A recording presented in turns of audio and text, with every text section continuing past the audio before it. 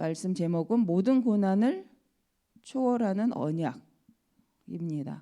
그래서 제목은 모든 고난을 초월하는 언약을 잡아라. 우리가 오늘 말씀처럼 이미 예수님이 부활하셔서 우리에게 주신 말씀이 뭐냐면 내가 하늘과 땅의 권세를 이제 내가 하나님 아버지께서 나에게 주셨으니 내가 그 권세를 갖고 너희와 함께 하겠다라고 약속을 하십니다. 그래서 1번은 모든 고난을 초월하는 언약입니다. 우리가 고난을 초월하는 것이 우리의 능력이라고 우리는 세상적으로는 우리의 능력이라고 생각을 합니다. 근데 성경은 뭐라 말씀하시냐면 우리가 이 고난을 초월할 수 있는 것은 바로 하나님의 언약이라고 말씀합니다. 그래서 왜 언약 잡아라 라고 말하냐면 영적인 문제고 그 문제가 하나님 떠나서 온 문제이기 때문에 창세기 3장 15절의 언약을 붙잡을 때 회복이 일어나죠. 실은 우리가 창세기 3장 15절 하나님의 자녀라는 근거 속에서 하나님이 주신 여자의 후손이라는 언약. 그래서 우리가 의미를 안다라는 말은 왜 예수 다 그리스도에 당했어? 왜 예수를 붙잡아야 돼? 왜 예수를 믿어야 돼? 라는 거죠. 그것이 나쁜 질문이 아니라 실은 복음 안에 성경적으로 찾아가 들어간다면 바로 원래 인간을 생각할 수밖에 없습니다. 그래서 원래 인간이 누구지? 내가 어디서부터 시작되었지? 그래서 그 나를 시작하게 하신 그 하나님께로 돌아가는 것이 복음이죠. 그런데 우리가 우리 열심으로 우리의 노력으로 아니면 우리의 착함으로 갈 수 있다면 너무 모두가 좋겠는데 실은 열심으로 착함으로 갈 수 있는 문제가 아니라는 거죠. 그래서 하나님께서 우리에게 그 영적인 문제를 끝낼 그 길을 여신 것이 바로 창세기 3장 15절의 언약입니다. 그래서 우리가 본질적 영적인 문제를 육신적으로 해결하기 때문에 문제 해결이 되지 않죠. 그래서 안타까운 일이죠. 많은 사람들이 착하게 살았는데 나 왜 이래요? 나 열심히 살았는데 왜 이래요? 라고 말을 하는 경우가 있습니다. 그죠? 열심히 살고 착하게 살면 잘 돼야 됩니다. 근데 열심히 살고 착하게 살수록 안 돼요. 어떤 유튜브 방송에 보니까 그 부자 저는 가끔 그걸 보거든요. 세계사 그 방송 있죠. 제목이 잠깐 다 생각이 안 나는데 그 가끔 이렇게 그 세계 교수님들이 세계사나 뭐 역사 하시는 분들이 나와서 우리 한국사나 아니면 세계사를 가지고 얘기하는 그 프로가 있어요. 그죠? 근데 거기에서 보니까 그 옛날 그 신들 보니까 부자 신이 있더라. 아테네의 부자의 신이 있더라. 근데 희한하게 악한 사람만 부자가 되더라. 뭐 이런 얘기를 많이 하는데 물론 그게 이제 역사적인 흐름 속에 하는 말이긴 합니다. 근데 중요한 건 희한하게 악하고 사기치면 부자가 돼요. 근데 착하게 살고 열심히 살면 부자가 안 돼요. 그게 이 흐름이라는 거죠. 근데 그쪽은 그쪽 나름의 해석을 하는데 성경은 뭐라고 말하냐면 세상에는 세상신, 그죠? 미혹하게 하는 자, 하나님을 믿지 못하게 하는 자가 있다라고 얘기를 합니다. 그래서 이 세상신이 장악하면 장악할수록 혼란과 이 세상이 혼미해지면서 분쟁과 또 싸움이 많이 일어나는 현장이 되어집니다. 그래서 근데 하나님이 부자로 만드는 방법이 있어요. 창세기에 보면 하나님은 우리에게 하나님 백성을 부자로 살게 하는 방법이 있습니다. 근데 그 첫 번째가 돈을 먼저 주시는 게 아니라는 거예요. 하나님은 먼저 언약을 주시죠. 창세기 3장 15절 언약을 주시고 그 언약 속에서 하나님은 살게 하셨는데 수고한 만큼 먹게 한 것이 이 땅의 삶의 법칙이죠. 땀을 흘린 만큼 먹게 하는 거죠. 그리고 너희가 흙에서 와서 흙으로 돌아가라 라고 말씀을 합니다. 근데 사단은 이 세상에서부터 수고한 만큼 먹게 하는 그 법을 지키지 않게 하는 거예요. 그래서 사기치고 실은 내가 수고하지 않았는데 돈을 벌고 내가 수고하지 않았는데 뭔가를 취득하는 것이 당연한 것처럼 생각하는 그 흐름을 만들어 놨죠. 그래서 하나님은 근데 하나님도 하나님 백성에게 몇 배의 축복을 주는 방법이 있습니다. 그게 뭐냐? 하나님의 자녀로 영적 흐름을 알고 언약을 붙잡은 자에겐요 하나님께서 100배, 실은 인생에 쓰고도 남을 만큼의 경제를 허락하신다는 거죠. 그게 우리가 알고 있는 이삭의 축복입니다. 근데 이삭의 축복을 보면 실은 이삭이 먼저 언약을 붙잡았다기보다는 아브라함이 먼저 그걸 통과한 거죠. 하나님 앞에 언약을 붙잡고 수양의 언약을 예비하시는 하나님의 언약을 말씀을 속에서 하나님 진짜 본질 아들을 죽이기를 원하는 게 아니라 하나님은 하나님의 언약을 붙잡았는지를 확인하고 싶어 하시는 거죠. 그래서 우리 이렇게 말씀을 들을 때 오해를 많이 합니다. 왜 오해하냐? 인간적으로 들으면 오해합니다. 육신적으로 들으면 이해가 안 됩니다. 근데 언약적 관점에서 들으면 말씀이 이해가 되죠. 그래서 엄마들이 아니면 부모님들이 자녀가 너무 속상하게 하면 야 나가 죽어 이렇게 말을 하는 경우가 있죠. 그 이유는 진짜 나가서 죽어라 이게 아니라 너무 속상하니까 그렇게 말을 하는 거죠. 그래서 진짜 본질은 속인 말은 야 제발 너 그러다가 망하니까 제발 그 짓 하지 마. 그 말을 하는 말이죠. 근데 자녀들이 영적으로 상태가 안 좋으면 날 나가 죽으라고 더 심각한 상태로 들어갑니다. 근데 철들면 알죠. 그 말이 아니라 나로 빨리 제자를 찾으라고 하는 말이었구나라는 생각을 하게 되죠. 그래서 우리가 본질적으로 내가 부모를 어떤 관점에서 보느냐에 따라 오해하기도 하고요. 그 중심을 알아듣기도 합니다.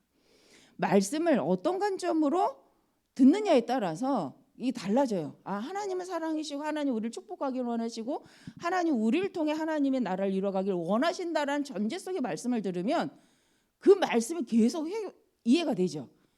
근데 세상적으로 나의 성공을 중심으로 아니면 세상적인 위치를 갖고 말을 듣잖아요. 말씀을 듣잖아요. 그러면 들려지는 말만 가지고 옳고 그름을 따집니다. 근데 그래서 우리가 성경의 본질에 근본적으로 흐르는 영적 흐름의 언약의 메시지를 가지고 모든 말씀을 들어야 된다는 거죠. 모든 고난을 그래서 우리가 언제 초월할 수 있냐?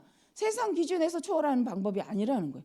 하나님이 말하는 우리가 고난을 초월할 수 있는 방법은 하나님의 언약, 근본 문제를 끝내는 언약을 붙잡을 때 초월할 수 있다. 참아야 되고 착해야 되고 이래가지고 그 초월되지 않는 영적 흑암은 안 꺾인다는 거죠. 그래서 먼저 이 비밀이 되어지는 그래서 오늘 말씀에도 전도를 말씀하시면서 먼저 전제 조건이 뭐였냐? 내가 너와 함께 한다는 거죠. 전도하라고 말씀하시고 땅끝까지 증인이 되라고 하시는데 전제 조건이 뭐냐? 내가 하늘과 땅의 권세를 가진 내가 너와 영원히 함께한다. 이게 전도의 조건이죠. 그러니까 가서 모든 민족을 제자를 삼으라라고 말씀을 하시는 거. 그렇다면 우리가 먼저 언약을 붙잡았다는 건 내가 누구와 함께하고 있지? 내가 이 전도 운동을 누구를 위해 누구를 통하여서 진행하고 있는 거야? 라고 늘 확인할 필요가 있죠. 그래서 하나님 우리에게 교회를 허락하시고 예배를 통하여 이 말씀이 계속 기억되도록 우리에게 허락하십니다. 그래서 우리가 언약 중심으로 드려지는 예배 또 언약 중심으로 계속하는 포럼 이게 우리에게 각인되고요. 이 말씀이 뿌리가 내려지면 그때부터 보여지기 시작하는 거예요. 체질적으로라는 말 삶 속에서 전도운동이 일어날 수밖에 없습니다. 그래서 모든 고난을 초월하는 언약 그게 뭐냐는 거예요. 오늘 본문의 말씀을 보니까 이미 예수 그리스도께서는 사단의 머리를 끝내신 십자가의 능력으로 부활하셨죠. 그래서 이제는 그 부활하신 주님이 내가 아버지께로 가지만 이미 나에게 주신 그 권세를 갖고 난 너희와 함께 한다라고 말씀을 합니다. 실은 이 마태복음, 마가복음, 누가복음이 본문의 끝부분 다 이 얘기를 하시죠.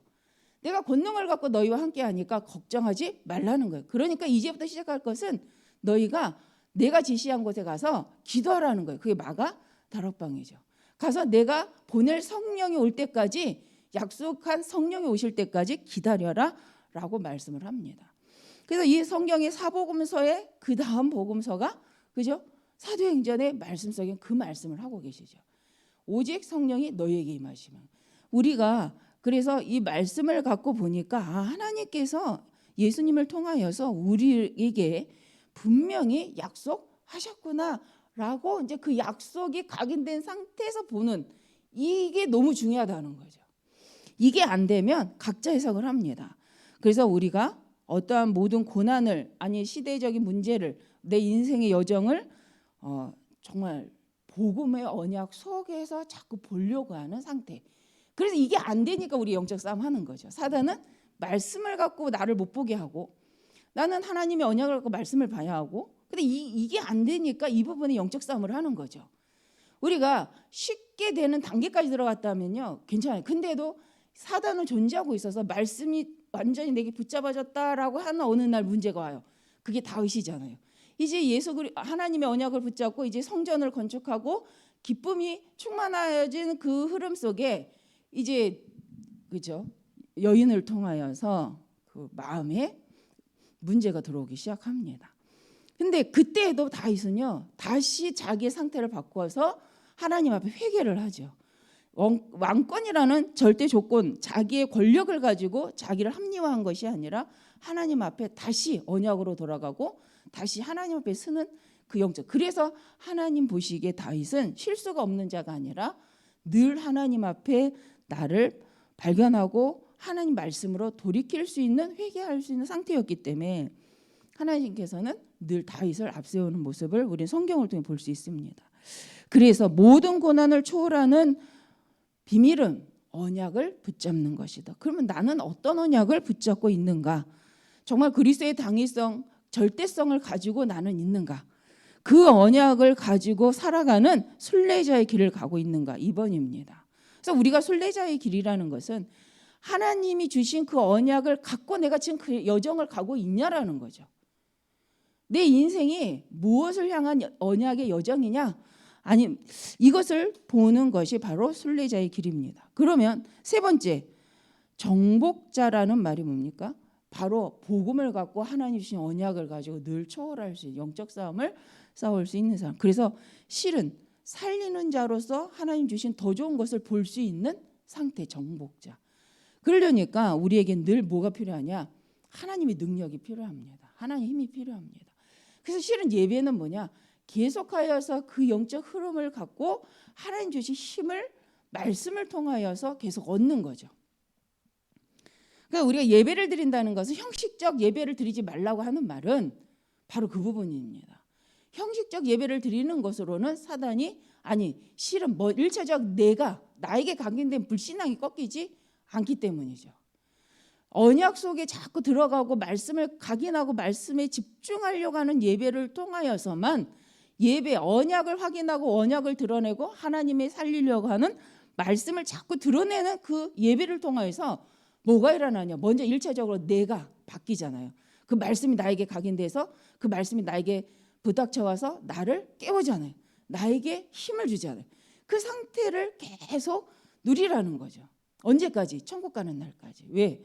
사단은 눈에 보이지 않지만 생각을 통해 환경을 통해 보는 것을 가지고 자꾸 무엇을 장악해요? 내 생각을 언약 없는 자로 자꾸 만들고 언약 없는 방향으로 열심히 뛰게 하기 때문에 그렇게 가지 말라고 좀 멈추라는 이유는 언약을 확인하라고 멈추는 거죠. 우리 호흡 기도를 하면서 들숨 날숨을 하면서 뭘 깊이 생각하냐는 거예요. 호흡 중요하지만 그 호흡을 통하여서 실은 뭘 하기 위한 거냐? 하나님의 언약을 깊이 묵상하고 그 하나님의 언약을 나의 것으로 하나님의 언약을 갖고 내 삶을 가지고 보려는 그 멈춤의 시간이 바로 우리가 이제 예배 전에 드리는 이 호흡기도 시간인 거라고 생각을 합니다. 그래서 정복자로서 내가 늘 하나님의 힘을 갖고 초월할 수 있는. 근데 그 힘 하면 육신적인 힘도 아니고 실은 마음의 힘도 중요하죠. 그런데 언약적 힘이 중요하다는 거예요. 언약적 동기. 내가 왜 이 자리에 있지? 내가 왜 이 일을 하지? 내가 왜 오늘 지금은 여기에 왜 있는 거야? 라는 질문을 늘 하나님의 언약 속에서 확인하는 거죠. 그리고 그 언약이 확인된 자가 시간표 떼어야 되는지 그죠? 멈춰야 되는지를 알게 되어집니다. 그 정복자의 삶은 바로 살리는 자로서 초월하는 자입니다. 네 번째는 모든 종족 살릴 남은 자라고 말씀합니다. 그래서 우리가 결국 방향은 모든 민족으로 제자를 삼아 아버지와 아들과 성령의 이름으로 세례를 주고. 그래서 저 교회화입니다. 재생산 교회화. 그래서 사단도 사단의 회가 있습니다. 그래서 하나님이 원하는 하나님 진짜 전도의 하이라이트는 곳곳에 교회가 세워져서 재생산의 역사, 또 하나님의 말씀을 가지고 선포되어서 제자들이 일어나고 영적 문제에 끝낸 증인들을 통하여서 또 지역에 하나님의 말씀이 계속해서 선포되어져서 모두가 하나님의 자녀로 회복되는 거죠. 그 깃발이 뭐냐? 저 교회라고 생각합니다. 결국은 그래서 지교회, 우리가 예배할 때 지교회라는 말을 하죠. 지역을 살리는 지교회.